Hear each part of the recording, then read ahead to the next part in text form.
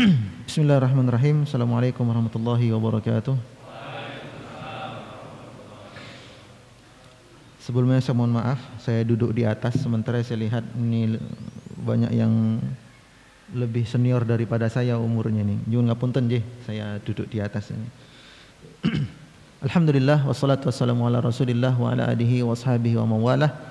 La haula wala quwwata illa billah. Allahumma shalli wa sallim wa barik ala nabiyina al-Mustafa Rasulillah sallallahu alaihi wasallam, amma ba'du. Saya kalau lihat bikers ini ya hobi saya juga. Saya juga sering touring bersama teman-teman Masjid Bogung Dalangan. Nama grup kita MPD Bikers, dan insya Allah besok hari Ahad tur de Magelang dan Purworejo.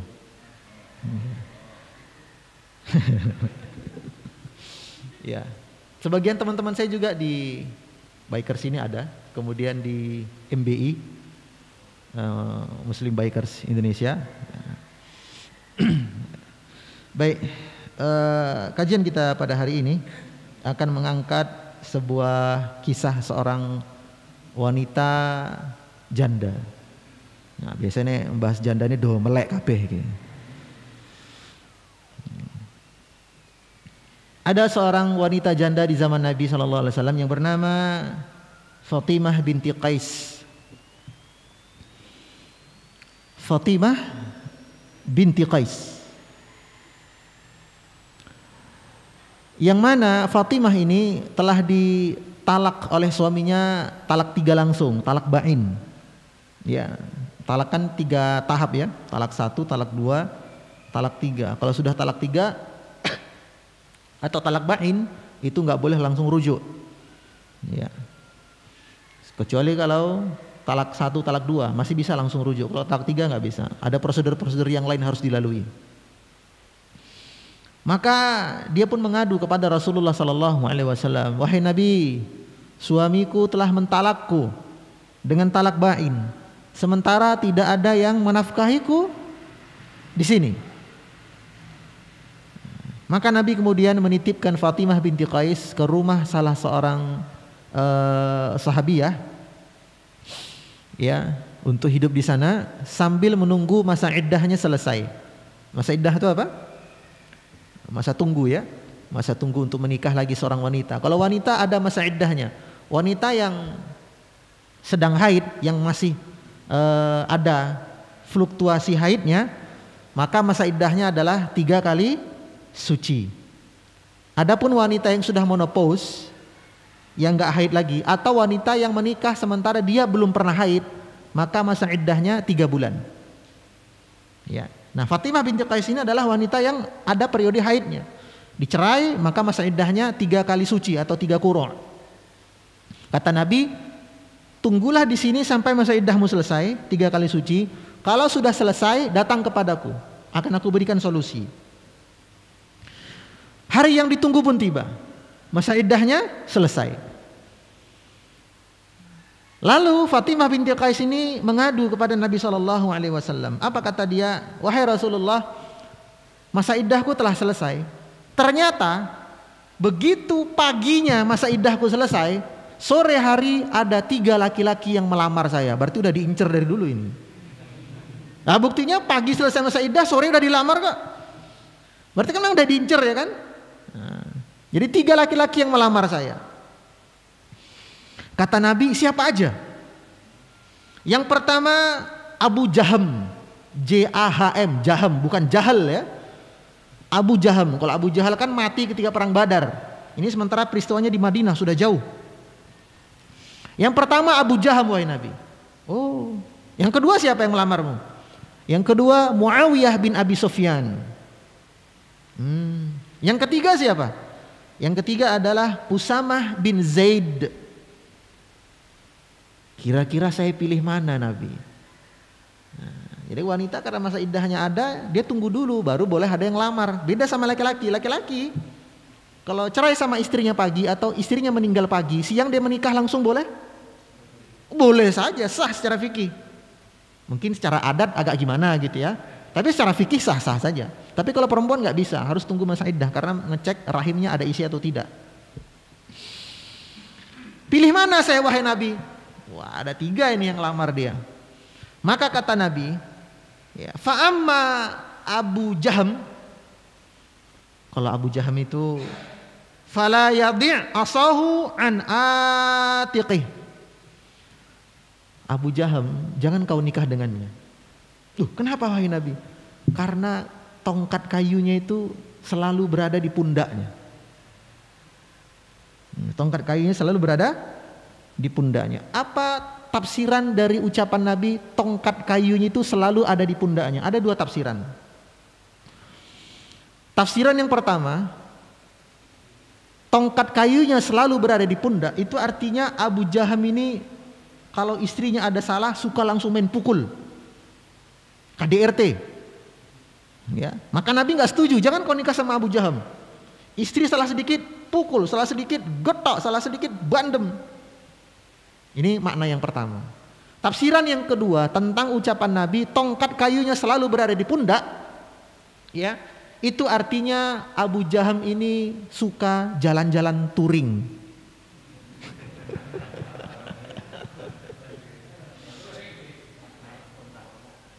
Karena orang zaman dulu kalau mau pergi itu kan bekalnya diikat di ujung kayu, kemudian tahu kan?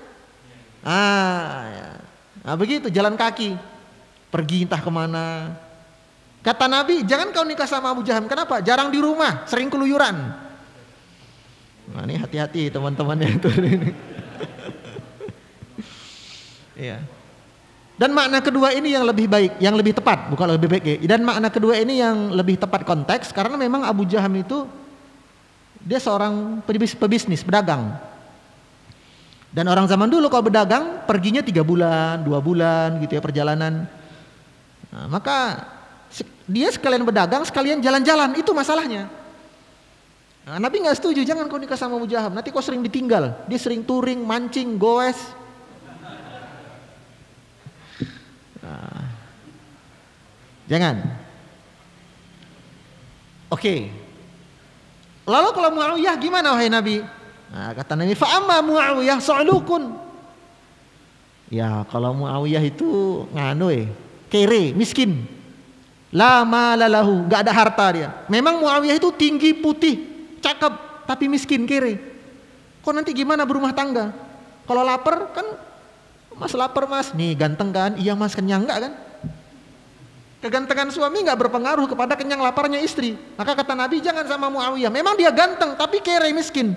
Yang kaya bapaknya Abu Sufyan, kaya, tapi anaknya Muawiyah miskin.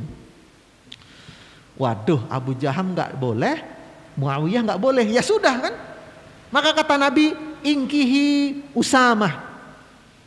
Nikahlah kamu dengan Usamah bin Zaid. Kata dia, Usamah, la. Apa wahai Nabi? Saya nikah saja sama Usamah. Tidak mau saya. Kenapa? Karena Usamah ini hitam. Dan Usamah adalah anak dari mantan budak, yaitu Zaid bin Harithah. Akan tetapi Zaid bin Harithah ini adalah kesayangan Nabi. Usamah adalah anak dari kesayangan Nabi. Nikahlah sama Usamah. Kata dia, thumma kalla. Janganlah wahai Nabi, jangan. Kata Nabi, ingkihi Usamah. Nikahlah engkau dengan Usamah. Maka aku pun pulang. Aku awalnya sangat enggan ya. Aku diam saja, gak berani ngelawan Nabi juga. Aku pulang, aku tanya kepada ibuku, wahai ibuku gimana ini? Emang kenapa? Abu Jaham gak boleh, Muawiyah gak boleh. Lah terus kata Nabi nikah sama Usamah. Waduh, lah kok Usamah piye iki? Tapi wahai bunda, ini perintah Nabi. Ini perintah Nabi. Nabi yang nyuruh lah ini. Kata ibunya, ya sudahlah kalau Nabi yang suruh terima saja. Mudah-mudahan ada kebaikan di dalamnya.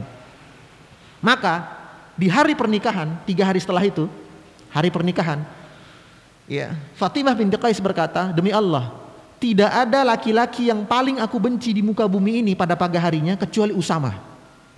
Kenapa harus nikah sama dia dulu? Tapi aku berusaha ridho dengan pilihan Rasulullah. Aku ridho dengan pilihan Rasulullah. Maka ketika siang hari menjelang akad, entah gimana ceritanya, Allah hunjamkan rasa cinta kepadaku. jadilah Usamah menjadi laki-laki yang paling aku cintai pada hari itu. Masya Allah. Ini kisahnya. Sekarang kita akan ambil faedah-faedah pelajaran atau ibrah dari kisah ini. Ya.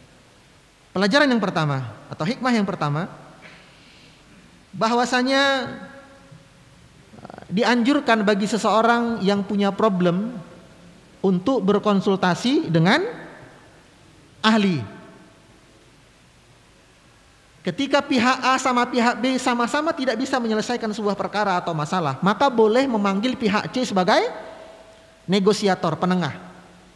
Boleh. Dengan syarat satu, orang yang Anda minta bantuan, solusi dan konsultasi itu adalah orang alim, orang yang berilmu. Ya. Maka sebuah kesalahan fatal kalau punya masalah pribadi tapi ditulis di halaman medsos. Iya kan? Ini semua orang tahu. Harusnya tanya kepada ahli ilmu, para ulama. Syarat yang kedua, orang tersebut adalah orang yang amanah, yang bisa menyimpan urusan pribadi rahasia. Kadang ada orang alim tapi tidak amanah. Ada orang amanah tapi nggak punya ilmu. Nggak bisa juga. Harus dua syarat, berilmu dan amanah. Ini faedah yang pertama, kita boleh konsultasi ketika ada satu masalah antar dua belah pihak yang tidak bisa selesai, panggil orang ketiga. Ya. Nah, kemudian pelajaran yang kedua dari kisah ini, bahwasanya boleh menyebutkan keburukan seseorang dalam rangka supaya orang lain nggak kena keburukan orang tersebut. Sebagaimana Nabi, jangan nikah sama Abu Jaham. Kenapa? Abu Jaham tukang pukul istri. Ini kan ghibah kan? Menyebutkan keburukan orang sementara orang tersebut tidak ada di situ, itu namanya apa? Ghibah. Hukum asal ghibah adalah haram, dosa besar. Tapi menyebutkan keburukan seseorang dibolehkan pada beberapa kondisi. Pertama, identifikasi person. Contoh, kita nih touring nih, menuju rumah seseorang yang mau kita kasih bantuan. Udah? Mampir di sebuah warung atau rumah warga. Pak, mohon maaf, rumahnya Pak Juki yang mana? Lalu warga bertanya, Juki yang mana mas? Juki di sini ada 3. Oh, nganu Pak, Juki yang pincang. Juki yang pincang ada 2. Yang hitam, oh Juki yang hitam dan pincang sebelah sana rumahnya. Ini kan sebenarnya menyebutkan keburukan seseorang ya, tapi dibolehkan dalam rangka apa? Identifikasi person. Kondisi yang kedua, dibolehkan kita menyebutkan keburukan seseorang ketika di pengadilan. Kita sebagai apa? Saksi atau korban. Karena kalau nggak kita ceritakan, ya gimana hakim mau memutuskan perkara? Kondisi yang ketiga, dibolehkan kita menyebutkan keburukan seseorang supaya orang lain nggak kena dampaknya. Ini Fatimah, wahai Fatimah, kau jangan nikah sama Abu Jaham. Kenapa? Abu Jaham suka pukul istri. Sama dengan kita, ketika ada teman kita datang kepada kita, bro, tadi si Juki datang ke rumah gue. Loh, mau ngapain dia? Mau minjem duit. Gimana? Aneh boleh kasih pinjam nggak sama dia? Jangan bro. Aneh 3 juta 10 tahun nggak balik-balik sampai sekarang.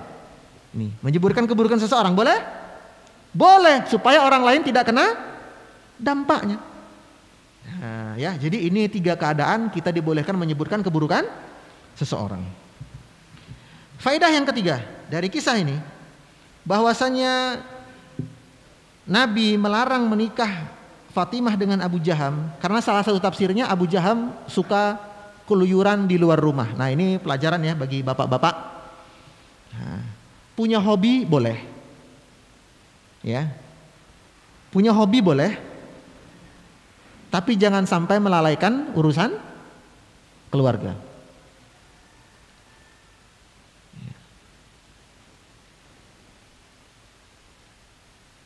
Senin Selasa mancing, Rebu Kamis goes, Jumat Sabtu jogging, Minggu touring. Terus kapan waktu untuk keluarga?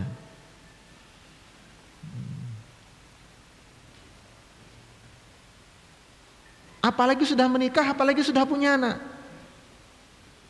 Kebiasaan-kebiasaan Anda di masa jomblo jangan dipakai lagi ketika sudah menikah dan punya anak. Kenapa?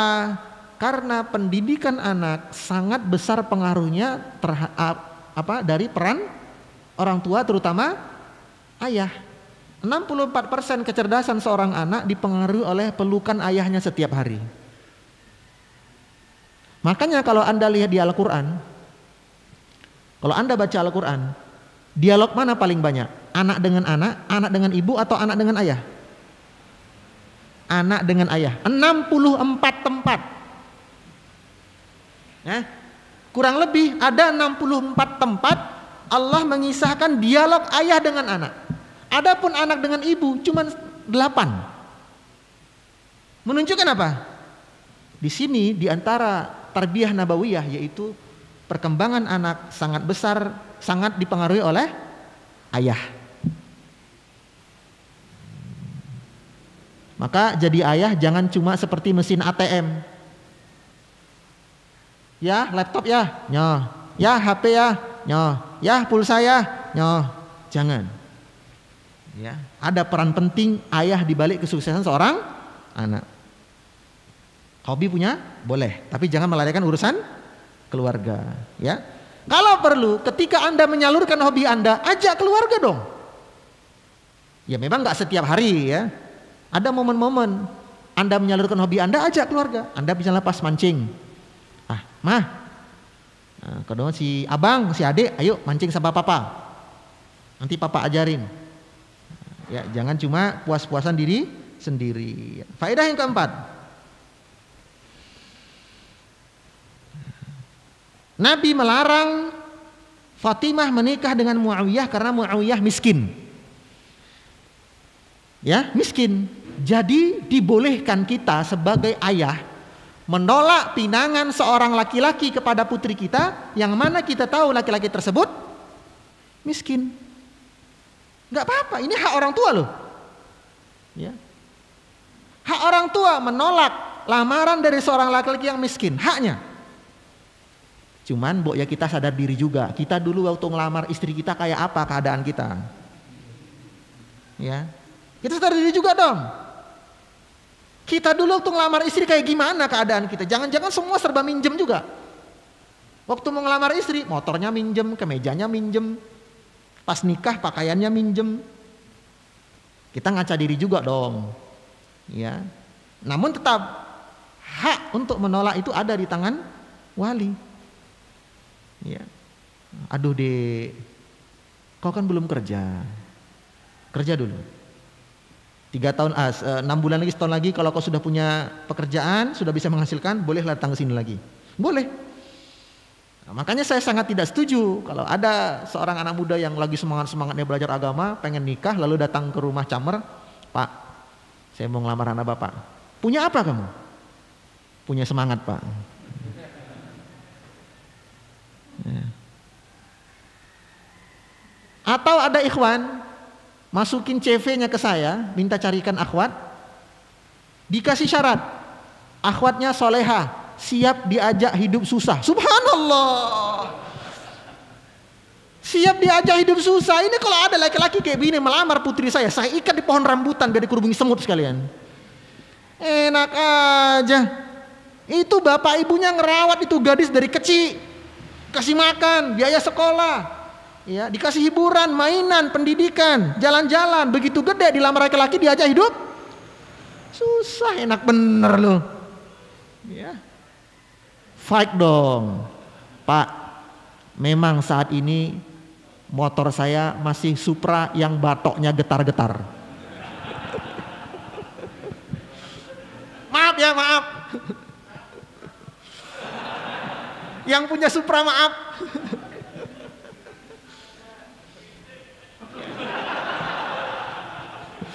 Ya abis gimana lagi, sering dibully kayak gitu sih. Satu tangan megang gas, satu tangan megang batak. Tapi kok laris saja ya, heran saya. Soalnya motor saya juga itu. Revo ya. Revo bergetar. Nah, ya kamu kan masih itu, ya, janganlah dulu.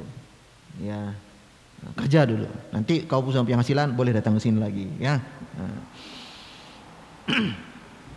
Kemudian faedah yang keenam,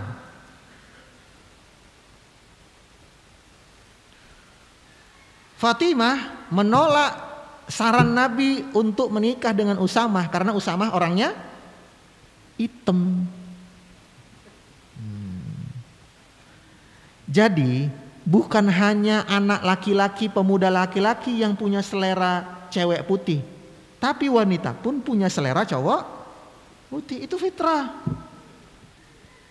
Namun beberapa waktu lalu ada adik di Nurul Asri Deresan konsultasi ke saya, Ustadz, saya dilamar oleh seorang ikhwan. Demi Allah Ustadz, saya berusaha untuk tidak memandang fisik. Saya memandang agamanya, tanggung jawabnya, adabnya, akhlaknya, sikapnya. Tapi entah kenapa syaitan itu selalu datang membisik-bisikkan, jangan kau terima, jangan kau terima, dia kan hitam, dia kan hitam. Subhanallah. Gimana Ustadz solusinya? Saya katakan, gimana kita mau tahu indahnya siang kalau tidak ada malam? Iya kan? Gimana Anda mau tahu rasa manisnya vanila kalau nggak pernah nyicipin kopi pahit?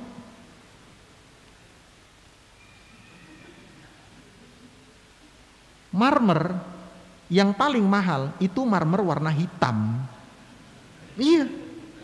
Kenapa? Karena dia semakin terpendam di bawah bumi, semakin ditempa oleh panas bumi. Jadi cowok hitam itu cowok tempaan. Iya. Tempaan apa? Tempaan matahari karena ngoyak layangan yang putus.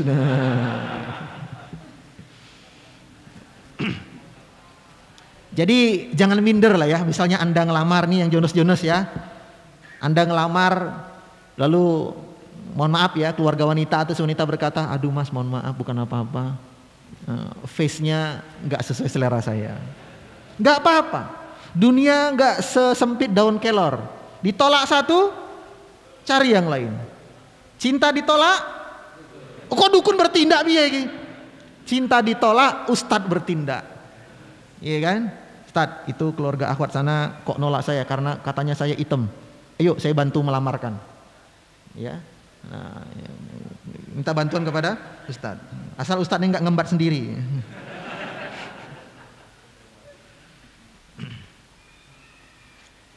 Baik. Faedah yang terakhir. Nah. Fatimah binti Qais berkata apa? Pagi hari di hari pernikahan itu, Usamah adalah laki-laki yang paling aku benci. Tapi siang hari menjelang akad, Usamah menjadi laki-laki yang paling aku cintai. Apa sebab? Karena berusaha mentaati Rasulullah. Itulah manisnya iman. Ya. Iman akan terasa pahit dan hambar bila tidak mentaati Rasulullah. Namun iman akan terasa manis bila mentaati Rasulullah Sallallahu Alaihi Wasallam. Ya, demikian kajian subuh kita pada hari ini. Mudah-mudahan bermanfaat. Barakallahu li walakum. Wallahu taala alam. Pada teman-teman semuanya, stay safe. Ya, berkendaralah dengan mentaati peraturan lalu lintas, rambu-rambunya, dan ingat pepatah Arab. Karakter seseorang sangat dipengaruhi oleh tunggangan. Ini yang sering sampaikan di setiap mau touring kepada teman-teman, dimanapun teman-teman yang mau touring, selalu saya sampaikan ini. Karakter seseorang sangat dipengaruhi oleh tunggangan. Maka jangan sampai tunggangan Anda menyebabkan Anda takabur, sombong, merendahkan orang lain, sehingga touring yang tadinya bernilai pahala malah menuai dosa. Ya, wallahu taala alam. Subhanakallahumma wa bihamdika asyhadu an la ilaha illa anta astaghfiruka wa atubu ilaik. Wassalamualaikum warahmatullahi wabarakatuh.